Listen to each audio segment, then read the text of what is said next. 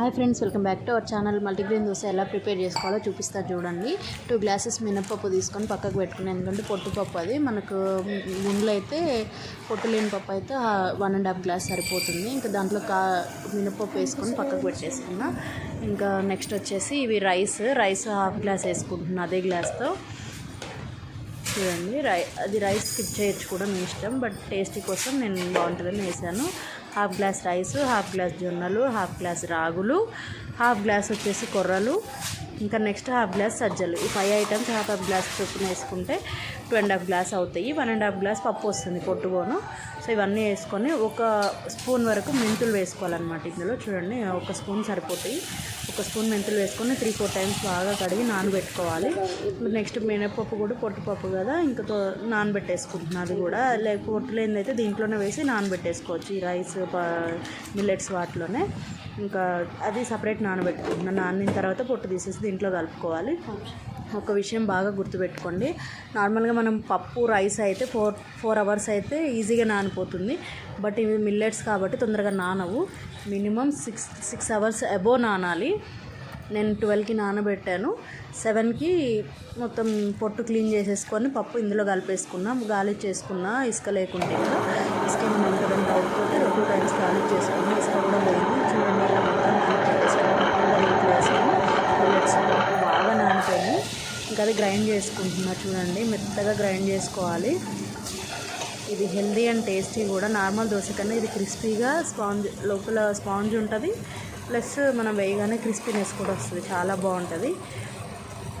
ఇలా గ్రైండ్ చేసుకోవాలి. నార్మల్గా దోశ పిండి ఎలా గ్రైండ్ చేసుకుంటామో అలాగే. కాకపోతే కొంచెం ఇది ఒక 5 మినిట్స్ అలా టైం ఎక్కువ పడుతుంది. మన రైస్ పప్పు అయినంత తొందరగా ఈ మిల్లెట్స్ అవ్వవు.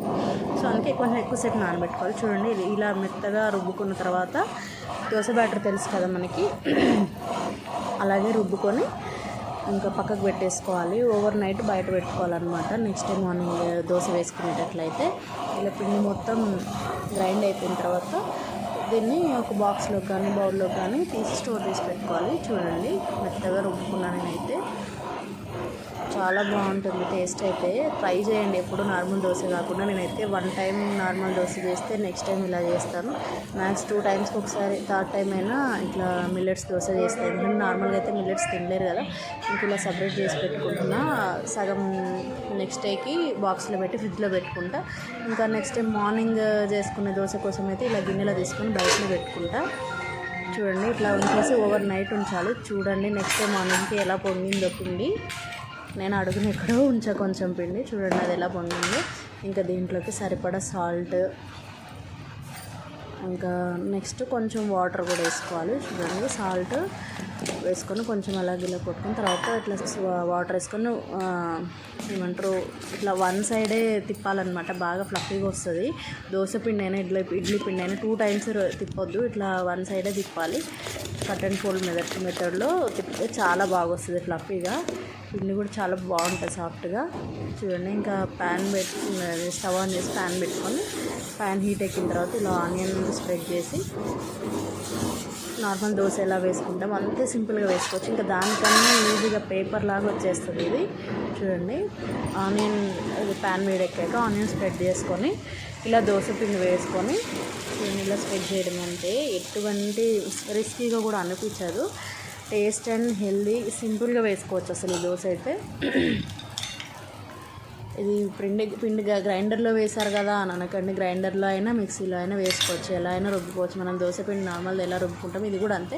బట్ బియ్యంకి బదులు మిల్లెట్స్ వేసుకున్నాం. 4 అవర్స్కి బదులు 6 అవర్స్ నానబెట్టుకోవాలి కంపల్సరీగా.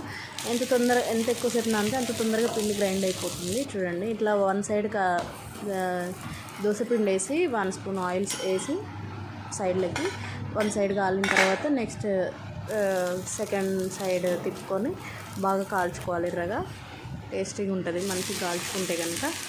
చూడండి, ఇలా అన్ని దోశలు వేసేసుకోవాలి. చాలా టేస్టీగా ఉంటుంది. దీన్ని మీరు ఏ చట్నీతో అయినా తినొచ్చు. లైక్ అల్లం చట్నీ, టమాటో చట్నీ, పల్లీ చట్నీ. నేనైతే పల్లీలు పుట్నాలు కలిపి చేసే ఈరోజు చట్నీ చాలా టేస్టీగా ఉంటుంది. అది ఆ చట్నీలోనే తిన్నారు పిల్లలైనా మేమైనా. చాలా చాలా బాగుంటుంది. Healthy and tasty recipe. Try చేసి ఎలా ఉందో నాకు కామెంట్ చేయండి కంపల్సరీగా. ఓకే ఫ్రెండ్స్, వీడియో నచ్చితే లైక్ చేయండి, షేర్ చేయండి, సబ్స్క్రైబ్ చేసుకోండి ఫ్రెండ్స్.